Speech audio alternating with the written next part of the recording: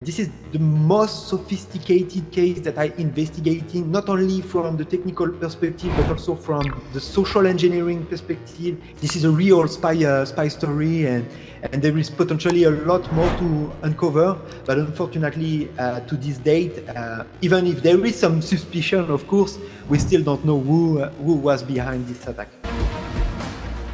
Hey everyone, Yaniv Hoffman here, back with another video and back with a very good friend. Welcome, Thomas Roccia.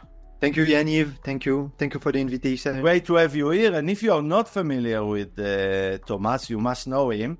He's a senior cybersecurity researcher and threat intelligence analyst. He wrote an exceptional book named Visual Threat Intelligence. You must look into it. It's a great book. We also did few videos together where we gave some books away for free. And also Thomas is a senior public speaker. He just came back from DEFCON and Black Hat in the US, and many of you asked me to bring back Thomas to the channel to share his experience, his view on these important conferences. But also, I discussed before with Thomas, so agenda for today is to touch base on the general importance of Black Hat and DEFCON for everyone in the cybersecurity community. Also, Thomas was kind enough to share with us, and he will touch here some of his sessions in Black Hat and DEFCON, and along with that, about his new training that started actually in DEFCON and Black Hat, right, Thomas? That's right, yes, at Black Hat, yes. That was launched there, so we will share more about that and ways you can access this training. And with that said, Thomas, let's start. Maybe can you share with us, you know, I know from talking with you that you were excited to visit this year the Vegas shows, both Black Hat and DEFCON. Can you share a bit from your experience there? Of course. So it was like, so I spent 2 weeks in Vegas, and it was quite intense, I would say.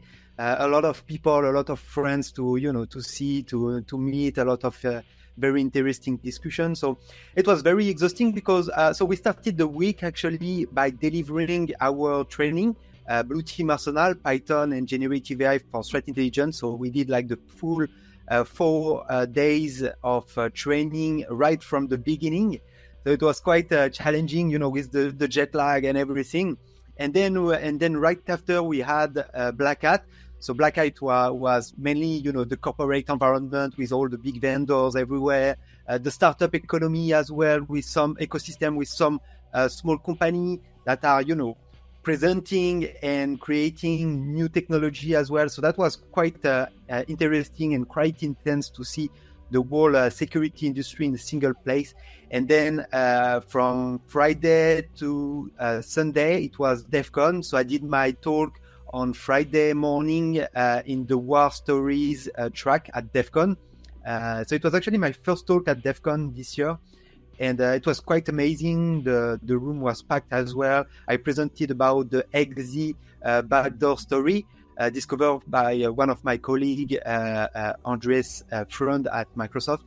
And so I tried to present about my analysis, to dissect everything that I did, and to explain in a nice way how the backdoor was working and the whole story behind, which was a bit crazy. And yeah, DEFCON was quite amazing this year. It was also a new space, a new place, because it used to be in another hotel before. And this place was quite nice. I really liked the previous venue, but this venue was also very cool. And many people was there, a lot of different, newcomers as well from different horizon. So I think DEFCON is growing and extending to different kind of people today, which is great because that means the industry is currently opening to broader people as well. And yeah, it's always very nice. Like Black Hat is the corporate world, and DEFCON is more like let's say the underground world with different kind of hackers everywhere and people, which is really cool.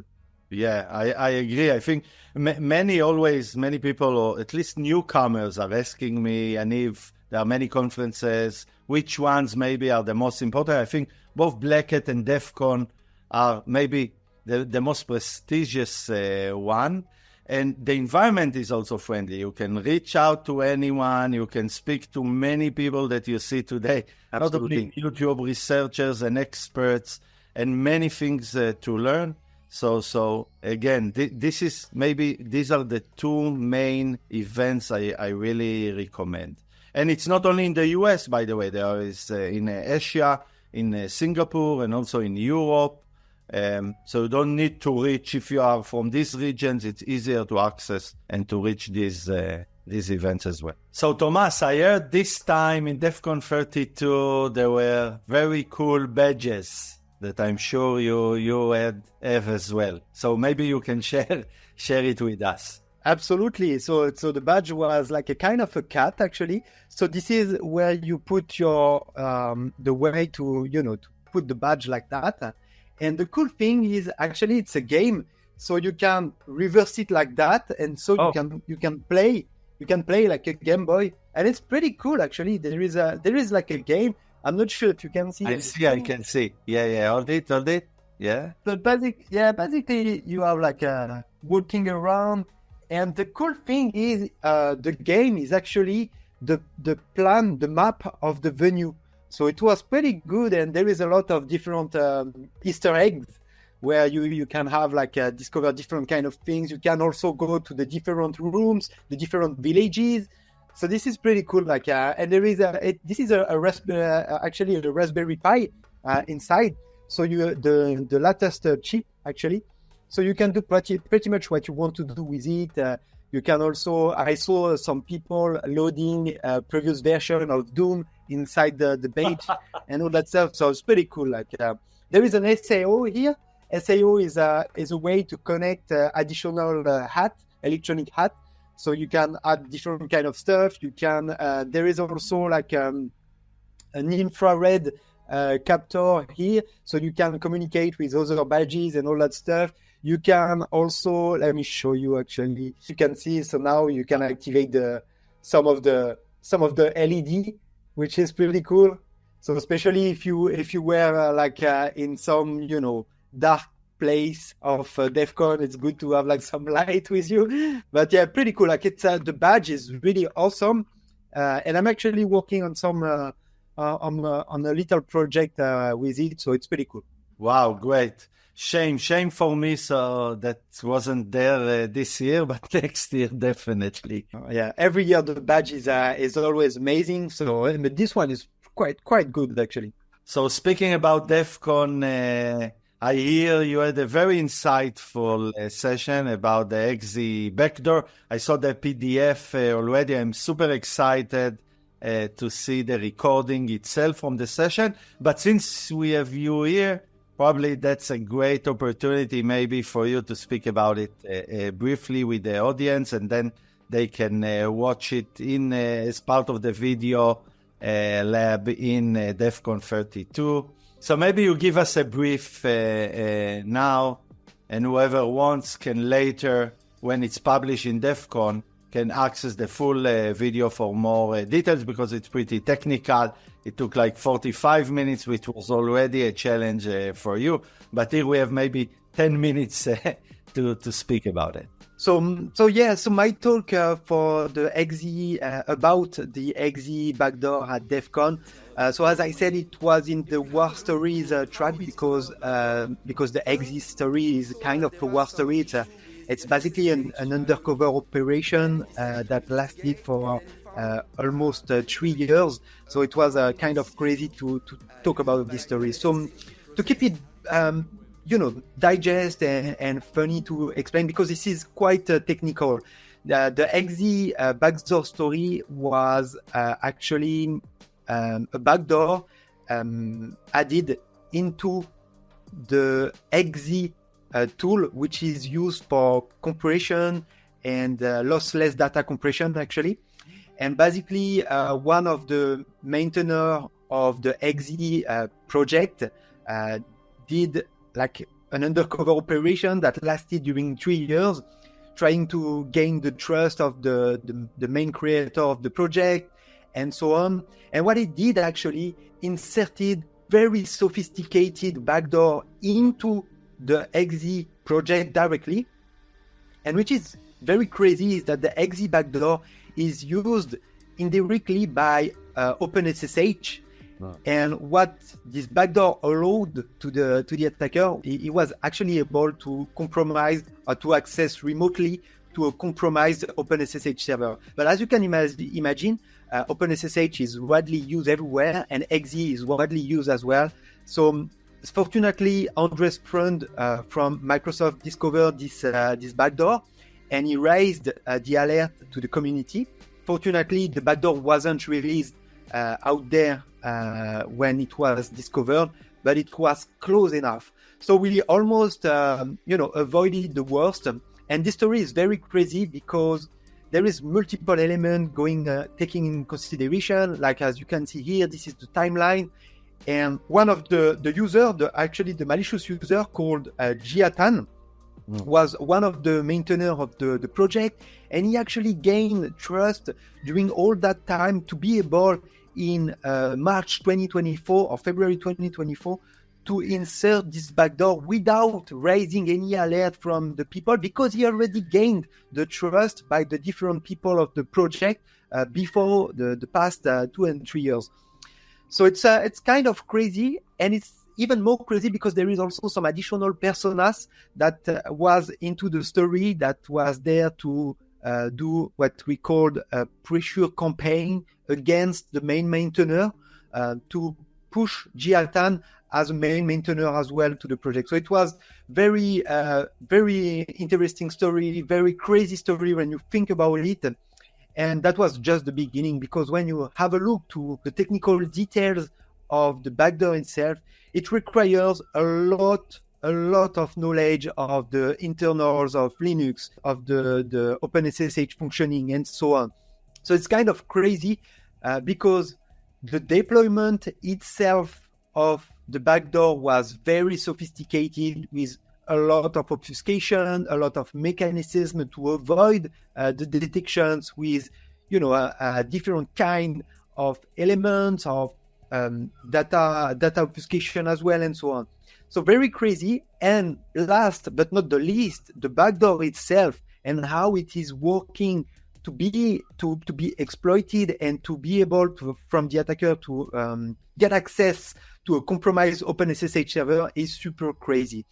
So here in the presentation, you have the whole details, and of course, it's very difficult to synthesize everything in just a couple of minutes because it was very technical and the talk lasted 45 minutes. And I actually had to condense everything into 45 minutes because originally it was more than an hour. And there is, of course, some stuff that I didn't discuss because it's so intricate and so complex. As you can imagine, in 45 minutes, it's not possible to explain everything. But you have most of the content itself, and the talk has been recorded as well. So if you want to watch it when it will be released, then you will have more details. So very interesting case. I think this is the most sophisticated case that I investigating, not only from the technical perspective, but also from the social engineering perspective and all the pressure campaign that occurred around this attack. And this is super crazy. This is a real spy story, and there is potentially a lot more to uncover. But unfortunately, to this date, even if there is some suspicion, of course, we still don't know who was behind this attack. So there is only suspicions or some alias names? That's what you say? The only information that we have are alias names, email addresses, and there is something interesting with that information actually, because and I think it's Brian Krebs that mentioned that the whole email addresses that was part of the attack and the pressure campaign was not available in any of data breaches, which means, like as you can see on the screen, complete lack of presence in breach databases is very rare. But seeing that multiple times, such as in this story, it's very crazy. So it's most likely potentially like a state-sponsored attack. But at this date, we still don't know, and there is potentially more to uncover, actually. So maybe, Thomas, for newcomers into the cybersecurity world, maybe can you say what can be use cases for such a malware? I'm not sure if we can see it's a malware, actually. It's definitely some malicious code that have been incorporated. It's kind of a supply chain attack, actually, where a legitimate, a trusted component have been compromised, and then this component was about to be released to most of the Linux systems around the world. Imagine if the attack succeed, that means potentially the attackers behind this attack would have been able to access to potentially any server around the world. And it's not a backdoor that could be exploited by anyone like a vulnerability. It's a backdoor that could be exploited only by the attacker itself, because there is a wall mechanism around the certificate during the authentication, and only the attacker with the private certificate will be able to connect to the compromised server. I would say it's not a common use case. It's very rare to see something like that, even if there is some sophisticated case, as we know, such as the SolarWinds case in 2020, or even the NotPetya case or the 3CX last year. That's some of the example I presented during the talk. And this one is very different. This is a well-crafted operation. There is potentially people behind that was, paid for doing that. So very interesting story. And unfortunately, at this date, there is potentially more to uncover. Yes. Amazing story, because we used to trust some way majority of the process project, and definitely this could cause a huge harm. And who knows which backdoors still exist in some of the distributions or servers we are operating today, but definitely very lucky. Absolutely, and it's so crazy that it's very hard to imagine that we didn't miss any other backdoor like this one. Thomas, we touched a bit about your new training, the one that actually you launched first time, right? Publicly yes, and both in Black Hat and DEFCON. Only Black Hat. Only Black Hat. We did the 3-day version at XZ in Poland in June, but this one was the full version, the 4 days with the whole content. Okay, Thomas, so let's maybe speak more about your new training, the Blue Team Arsenal, which combines both Python and generative AI for threat intelligence. I'm sure majority of the viewers will be interested in that. So yes, this is a really innovative training, in my opinion, actually. So I did this. I built this training with my partner Roberto Rodriguez, and we built this training together. So the idea behind this one was to show practical value and application of generative AI for threat intelligence. So when we talk about generative AI, there is a lot of hype, a lot of marketing. And what we wanted to demonstrate with this training is the practical use cases that you can have with it. So of course, it requires to use Python, because with Python you can build your own tools. This is the main goal of the training, actually, is to build your threat intelligence tooling using Python and to leverage generative AI to merge the tool and the technology and to improve your workflow from the beginning to the end for the whole workflow of threat intelligence. So there is multiple elements about that is currently discussed during this training. So of course we talk about the basic of threat intelligence and what is the whole process, what you have to do from data analysis, transforming the information, making sense of everything, using some Python tools for scraping some websites, going to analyzing different kind of data, such as, for example, data leaks, such as the Conte leaks, which is one of the example in the courseware as well, or the iSoon leak, which was another one. So the idea is really to show practically how to use this technology. We have also a full day on malware analysis and how you can use generative AI with some malware analysis tooling to automate the workflow and help you speed up the process. And to me, this is really a practical courseware. And this is also what the students said during the training. They said we actually received amazing feedback from them. They said it's completely new. There is nothing similar in the industry. It's a very practical way. And we have some theory, of course, but the course is really oriented with some Jupyter notebook where the code can be reused by the participant and they can follow along by presenting everything. There is nothing similar in the industry. And let me tell you why. I think it's because generative AI is a bit new and the industry is still skeptical, in my opinion, in the technology. But I think there is an opportunity here, and this is what we wanted to have with this training. Wow, sounds very cool. So I know you presented it, physically when you were in Black Hat, but I guess this is an online course. We don't have the online version. Okay. We only have the in-person, but we are thinking to maybe create one at some point. So we did the training at Black Hat US in August. But we will also be presenting and teaching this training at Black Hat Europe in December in London as well. So that's okay. Wow. Okay, great. So if someone wants to enroll it to Black Hat in Europe, in London for December, where they can do it? So if you click on enroll at Black Hat, you will be redirected to the Black Hat website, and then you will be able to register here. Okay, and this is in person, you say? 3 days, right? 4 days. 4 days and in person, yes. Amazing. And you can see here the topics covered in each day. I will leave the link in the description also for the XZ Backdoor presentation as it's public today. And as Thomas said, also you can it was recorded so you can see it if you wish.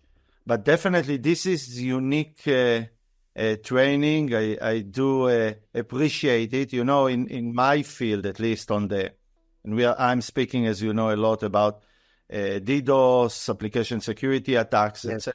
You see the level of the sophistication coming from the adversaries. Definitely, they use AI as we use AI, right?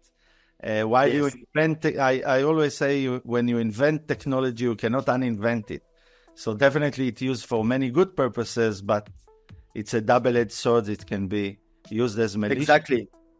And today you need to fight AI with AI. It's not enough to rely on the human factor. So I think many organizations are now also building their roadmap based on generative AI to see how they can integrate it into their systems, whether it's detection, intelligence, mitigation, etc. And it's a great tool. I mean, it's not magic. I mean, not yet, but it's a great tool. And this is exactly the goal of the training, like seeing the real application of generative AI. Not just it's beyond using ChatGPT and asking some basic stuff. So we are really building system using different kinds of technologies such as RAG, agent, and we put that together to have practical use case so you can automate your workflow from A to Z for different use cases. It's not only for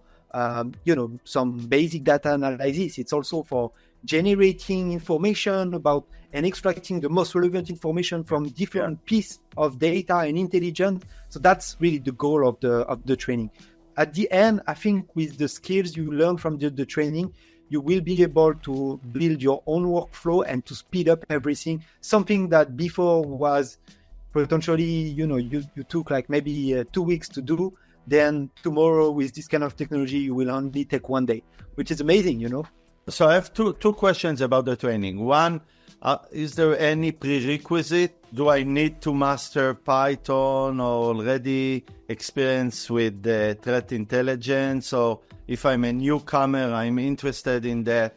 can I apply, enroll? So that's a good question. So we built the training for beginner to intermediate, and with the feedback we had from Black Hat, I would say you don't need to have like a full understanding of Python, but it's better if you already have some ability to work with Python. But we also have like a module to teach you the basic and some more advanced feature of Python. So I would say it's better if you already have some knowledge of Python, like basic knowledge of using Python, and also some knowledge of cybersecurity in general, not specifically in threat intelligence, but knowing about, what is a malware, how work a system, a network, what kind of data you can analyze and so on. And that's all you need, really. And I would say maybe a little bit, because this is from the feedback we get, a little bit about malware analysis, because some of the feedback we had for this part of the malware analysis part was quite intense. And even if we are not diving deep into, assembly code and so on, there is some concept that have been discussed which can be a bit complicated. So it's good if you already have a little bit of knowledge of malware analysis. Okay, great. And from what I hear, I think it can be, for general cybersecurity, from even beginners to professionals, not necessarily blue team members or malware researchers. It can, It can... So yeah, that's a really interesting remark actually, because so we actually built the training for blue team people, but actually during the week we had people from different horizons as well, from pen testing, hardware hacking, because they were interesting to learn more about how to shape generative AI for their use case. So even if the training is applied for threat intelligence, the concept and the knowledge you are, learning about generative AI can be applied to any kind of topic. So this is actually a good question. Okay, so with that said, Thomas, always I'm grateful. Thank you very much for coming. I'm sure people will see it insightful. If you are not, again, following yet Thomas, please do so. I will leave his all of social media links and access on the screen, again with links into the XZ Backdoor presentation along with the videos plus the training content as well. Please check it out, and we will do more together, Thomas. I'm sure everyone will be more than happy to see you again and again here. Thank you, Yaniv. Thank you again for the invitation, and always happy to come in your channel. So thank you again. Thank you very much, Thomas. And guys, if you like such type of content, please leave your comments in the description. If you are still not a subscriber, please do it. It will take you only a second. Please like, comment, and see you in the next video.